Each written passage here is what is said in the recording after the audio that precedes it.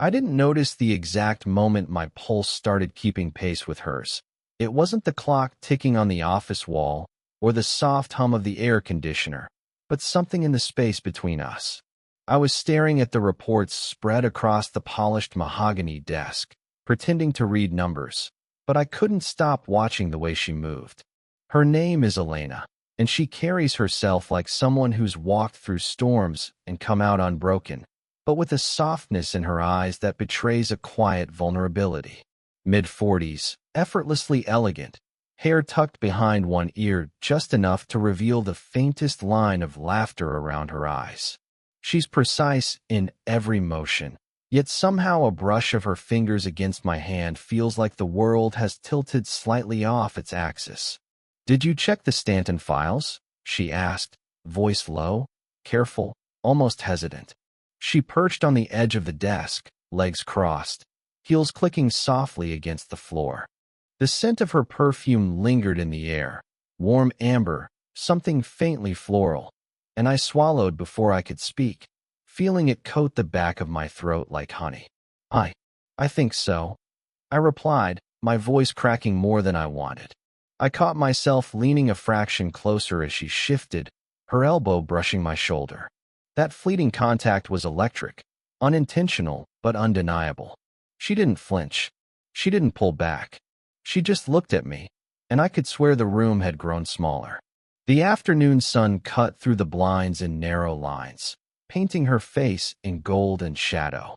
And I, an ordinary 20-something who never thought much about complicated emotions, found myself memorizing the slope of her jaw, the slight lift of her brow, the way her lips pressed together when she was thinking. "Be careful," she said, eyes flicking toward mine, then down to the paperwork. "Some of these numbers, they're delicate." There was a pause, loaded with a weight neither of us addressed. I wanted to say something daring, something foolish, but the words got caught in my throat. Instead, I let my fingers graze hers while adjusting a folder, a casual gesture that felt anything but casual. She didn't pull away. Her glance returned to me, soft, searching, maybe even amused. A quiet heat simmered there, and I felt it tug at me like a tide I had no choice but to follow. I could almost hear her unspoken thoughts. "Do you understand what you're getting into?" I swallowed again and whispered, "Maybe that's why it excites me." She froze for just a second, long enough for my heart to spike, then laughed softly, the sound warm, low, carrying something like admiration, maybe a warning. Just as the tension between us peaked, the door to her office creaked open. Neither of us moved, both of us aware of every inch of space that suddenly felt too crowded and too intimate at the same time. Her head tilted slightly, a flicker of question in her eyes that mirrored my own hesitation. The moment was broken, yet everything had shifted. I could feel it in my chest, in the way my hands trembled just enough to betray me, in the sharp intake of breath I didn't even realize I'd been holding. She looked at me, and I looked back, both of us suspended on the edge of something neither of us could or wanted to name. The office hum seemed louder now, more insistent. And outside, footsteps approached, the world intruding on a quiet, dangerous orbit that only existed between us. I didn't know how this would end. I only knew I couldn't look away. I left her office slower than I should have, carrying a folder that suddenly felt heavier than the papers inside. The hallway seemed quieter, emptier, but the echo of her laughter still clung to my ears. I tried to shake it off, tried to remind myself that she's my boss. Elena, professional, poised, untouchable. But every time I replayed the brush of her fingers, the warmth of her glance, the way her presence made the air feel thicker, I lost a little more of my composure. I knew the rules. She knew the rules. And yet, somewhere behind those carefully measured eyes, I sensed a flicker of hesitation, something more human than professional. I'd seen it before in fleeting ways. The tired sigh after a long day, the pause at the coffee machine where her shoulders slumped just a fraction, as if carrying invisible weight. Maybe it was loneliness, or maybe it was the ghosts of choices she never wanted to admit she'd made. A divorce years ago, a string of relationships that ended before they could begin. She never said, but I could see it in the way she sometimes stared out the window, as if searching for something that wasn't there. For me, it was the opposite. Youthful certainty masked my own fears. I had always been the observer, quietly noticing, quietly feeling, quietly failing to act. Yet with her, I couldn't stop noticing. Every curve of her movement, the scent of her perfume that seemed to linger a second longer than reason allowed, the way her laughter brushed against my chest like a touch. Every time she leaned just slightly toward me in conversation, I wanted to reach out, but I held back, fumbling with pens and folders instead. And maybe that was the risk, the social whispers, the age gap, the professionalism that hung over every interaction like a taut wire. There was a danger in feeling what I felt, a temptation neither of us should indulge, but the magnetic pull between us made restraint almost impossible. In the meeting room later, she leaned across the table to adjust a chart, her fingers brushing the back of my hand. I tensed, my throat dry, a flush creeping up my neck. She looked at me then, just for a fraction of a second, and held my gaze longer than necessary. That small, deliberate pause said more than words could. "I didn't see it like that," she murmured softly, almost to herself. But I caught the curve of her lips, the subtle tilt of her head, the way her eyes searched mine. Something passed between us, an unspoken acknowledgement of what neither dared to say aloud. And then she withdrew, smoothing the edge of her skirt, restoring the distance that neither of us fully respected in the first place. Yet even in pulling back, she had left a trace, a warmth, a pulse, a friction that lingered in the air. As I left the room, I realized the connection had shifted. It wasn't just attraction anymore. It was something more dangerous, more compelling, something that neither rules nor reason could contain. I wanted to step closer. She wanted to step closer. And yet, both of us stayed just shy of the line, hearts accelerating, hands itching, breath catching. Both of us suspended in that quiet electricity.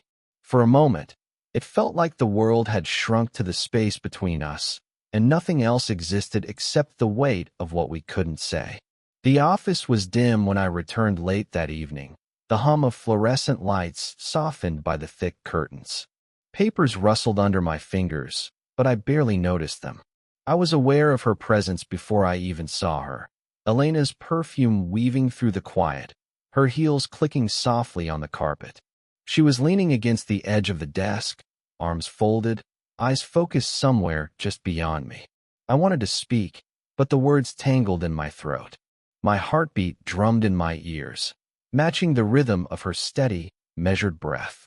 "Still here?" she asked, voice low, almost teasing. I nodded, fumbling with the corner of a folder, trying to seem busy, but she didn't move away. Instead, she shifted closer, just enough that our shoulders brushed. It was a subtle contact, but the warmth that leapt between us was undeniable. My fingers itched to reach out, to hold, but I froze. Then the door opened. A colleague, oblivious, poked his head in to grab something. Elena's gaze flicked to the interruption, and she stepped back, restoring the distance. My pulse slowed slightly, but the electricity lingered, charged, almost painful. After he left, we were alone again, and the air felt impossibly thick. She came closer under the pretense of rearranging files, and I found myself leaning in, unconsciously mirroring her. Our hands brushed, again, just lightly, and I couldn't stop the shiver that ran up my spine. I wanted to lean in. I wanted to close the space between our faces, to feel her lips near mine. But we stopped, suspended on the edge of something forbidden. Guilt prickled at me. The rules, the professional boundary, the judgment that might follow. And yet, every instinct urged me forward. Her breath brushed against my cheek as she whispered something about the files, but her words barely registered. I was consumed by the nearness of her, the scent of amber, and something soft and intimate that was only hers. She hesitated, caught my gaze, and for a heartbeat, I thought she might. Then she pulled back slightly, brushing her hair behind her ear, a careful smile masking the tension. My chest felt tight. I wanted to speak, to confess the dangerous pull between us, but the fear of consequences silenced me. She seemed to feel it too, the way her eyes lingered on mine, how her fingers lingered on the edge of the desk, as if resisting a desire she couldn't name. We stayed that way for long seconds, glances and heartbeats in short, sharp rhythms. I could feel her energy, magnetic and potent, pulling at me even as reason screamed to step back. Then, without realizing it, we were closer than ever. Our knees nearly touched under the desk. Her shoulder pressed lightly against mine as she adjusted her papers. Neither of us moved away. Neither of us spoke. And yet, in that charged silence, everything had shifted. I wanted her. She wanted me. And though we both tried to resist, the pull, the gravity between us, had grown too strong to ignore. For a moment, the office was ours alone, a world reduced to stolen glances, whispered breaths, and the dangerous proximity of something neither of us could yet name. The office smelled of late-night coffee and faint amber, her perfume clinging to the air like a secret. I was hunched over my desk, pretending to review numbers, but all I could feel was her presence behind me, warm and unrelenting. "Elena," I whispered, almost without thinking. She froze for a moment, then stepped closer, the soft click of her heels against the carpet echoing in the quiet room. I didn't look up, but I felt her breath brush my neck as she leaned slightly, just enough that my pulse spiked. "You can't keep avoiding it," she murmured, low, careful. Her hand brushed against mine, not accidentally this time, deliberate, lingering just long enough to make the air between us hum. I could feel the tension threading through her fingers, the unspoken confession in the brush of her palm.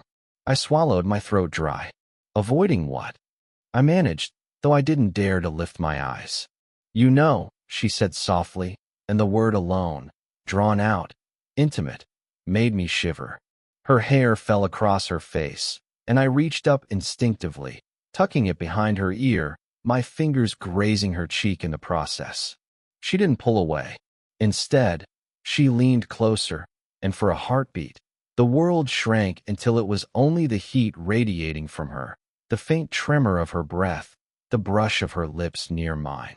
"I shouldn't," I whispered, voice breaking, but she shook her head, and the faintest smirk tugged at the corner of her mouth. "You shouldn't what?" she pressed, voice low, almost teasing, but her eyes betrayed a storm of desire and restraint. Guilt prickled, sharp and insistent. Rules, age, reputation, but desire surged stronger.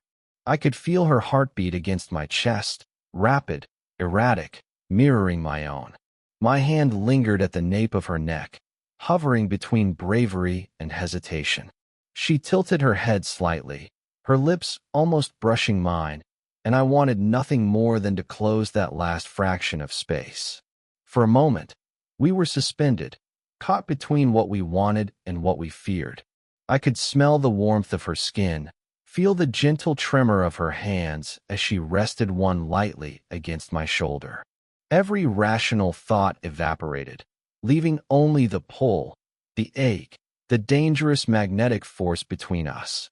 I started, but the word faltered. She placed her finger gently on my lips, silencing me, and the intimacy of that touch sent a shock through me. Her eyes searched mine, dark, questioning, daring. Then, just as the tension became unbearable, the office door creaked. I froze, caught mid-motion, our faces inches apart. Her hand lingered against me, warm, electric. She held my gaze, and for a heartbeat, it felt like nothing else existed. Not the rules, not the consequences, not the world outside these walls. And then she whispered, almost breathless, "Do you want this or not?" The question hung between us, suspended in the air, heavy and impossible. I could feel her leaning toward me, the warmth, the nearness, the irresistible pull. And for a moment, everything was poised on the edge, one step closer, one word, one decision, and the world might fracture in the most beautiful way. I thought I had contained it, my thoughts, my longing, the pull of her presence. But that illusion shattered the moment she stepped into the break room while I was grabbing my late-night coffee. She had a letter in her hand, her grip tight, knuckles pale. I didn't mean for you to see this, Elena said, voice low but trembling, and for the first time, I saw a crack in her otherwise composed mask. She held it out toward me, but stopped just short, the paper hovering between us like a fragile promise. I froze. The letter wasn't mine to read, but the tension in her eyes, the same tension that had haunted our last hours, made it impossible to look away. She shifted, her shoulder brushing mine lightly as she turned slightly. My chest tightened at the contact, the nearness of her scent, the warmth radiating off her body. Every rational thought fled. "What is it?" I whispered, my voice barely audible, though it trembled with more than curiosity. She hesitated, biting her lower lip, her eyes flicking down at the floor, then back to mine. "It's something I shouldn't have written. Something I never intended to send." My heart skipped.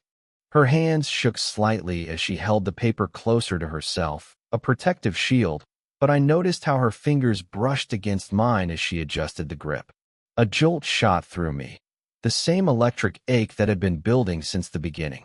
"I don't understand," I said, though I felt it anyway, the raw edge of confession waiting to escape. Her gaze softened, but there was guilt, urgency, and fear mixed into the warmth. "It's about us. About what's happening here. About me." Her voice dropped lower, almost a whisper, so intimate I felt it against my chest. I swallowed hard. Every instinct screamed to reach out, to bridge the distance, but I paused, noticing the tremor in her hands, the quick inhale of her breath, the subtle tremor of her leg beneath the desk height counter. Desire and fear tangled in the same thread, pulling me in opposite directions. "What do you mean?" I managed, voice rough. Her lips curved, a nervous, almost shy smile, but her eyes were serious, dark, open, and honest in a way that made my chest ache. I never wanted to risk it. Not the professional side, not that everything. But I can't pretend anymore. For a moment, we were frozen, bodies almost touching.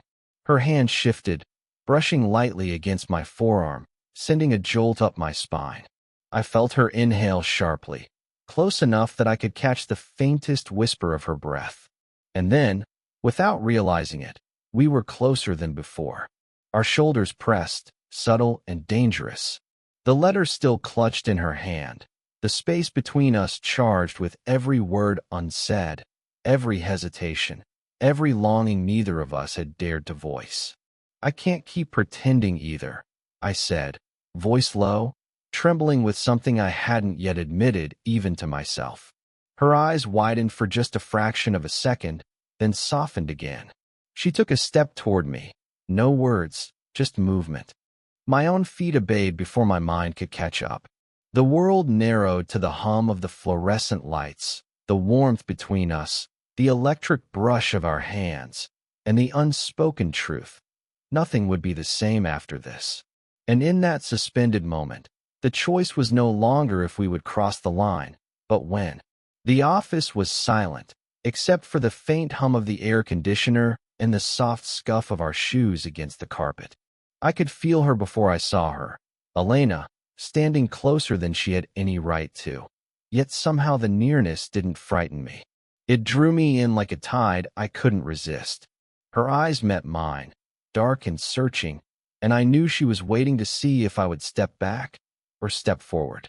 My chest ached, hands trembling just enough that I had to press them against my thighs to stay still. She lifted a hand, letting her fingers hover near my cheek, close enough that I felt the heat radiating off her skin. "I don't know if we should," she whispered, voice low, fragile, yet threading with something more daring than caution. "Neither do I admitted, voice breaking in spite of myself. The words barely left my lips before I felt her shift closer, closing the last fraction of distance. Her breath brushed my jaw, her scent, warm amber and something soft, uniquely hers, filling my senses.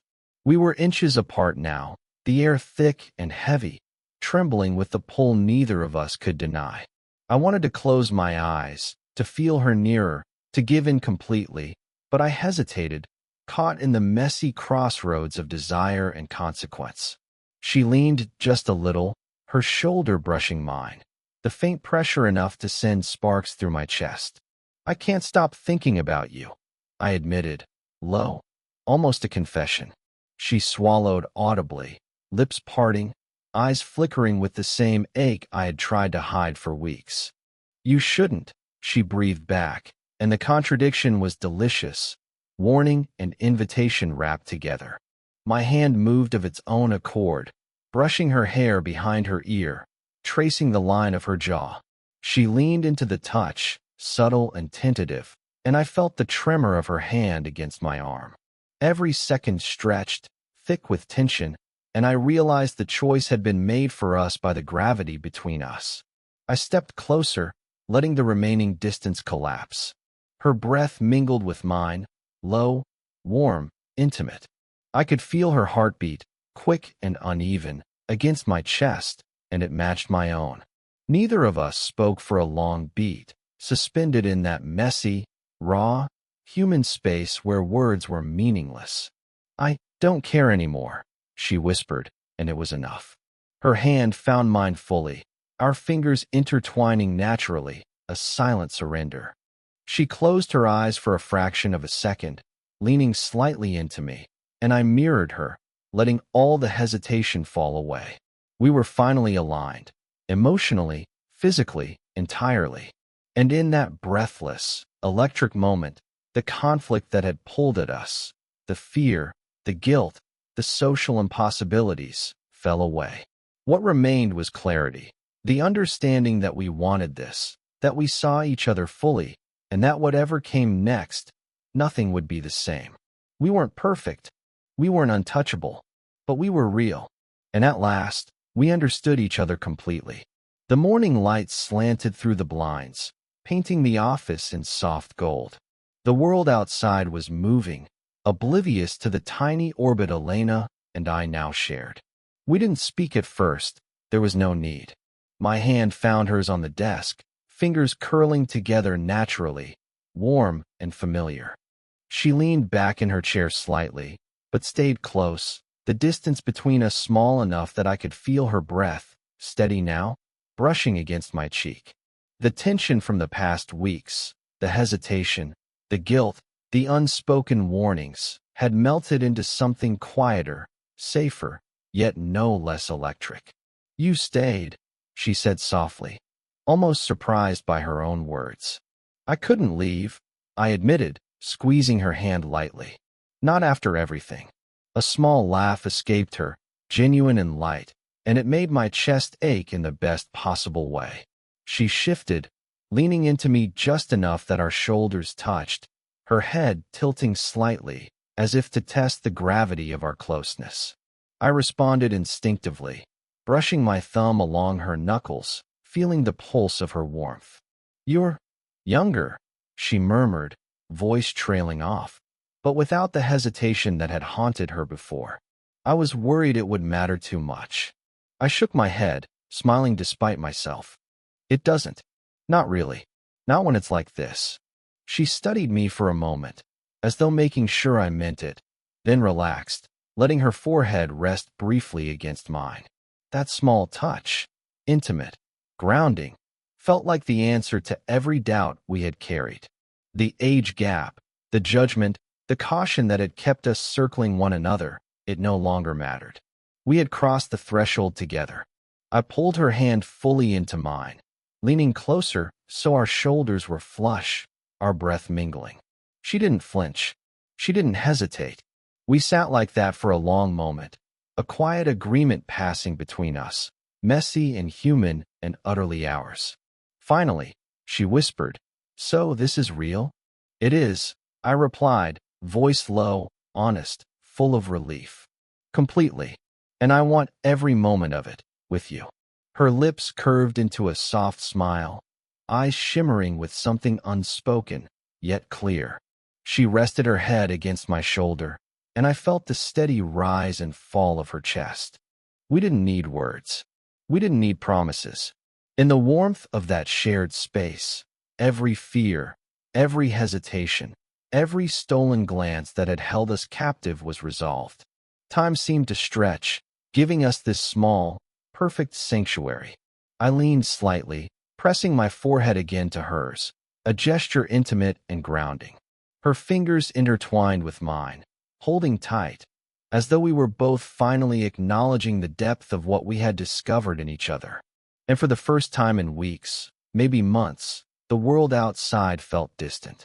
In that office, in the morning light, we had found clarity, desire, and a quiet, human happiness. We were together, fully, messily, undeniably.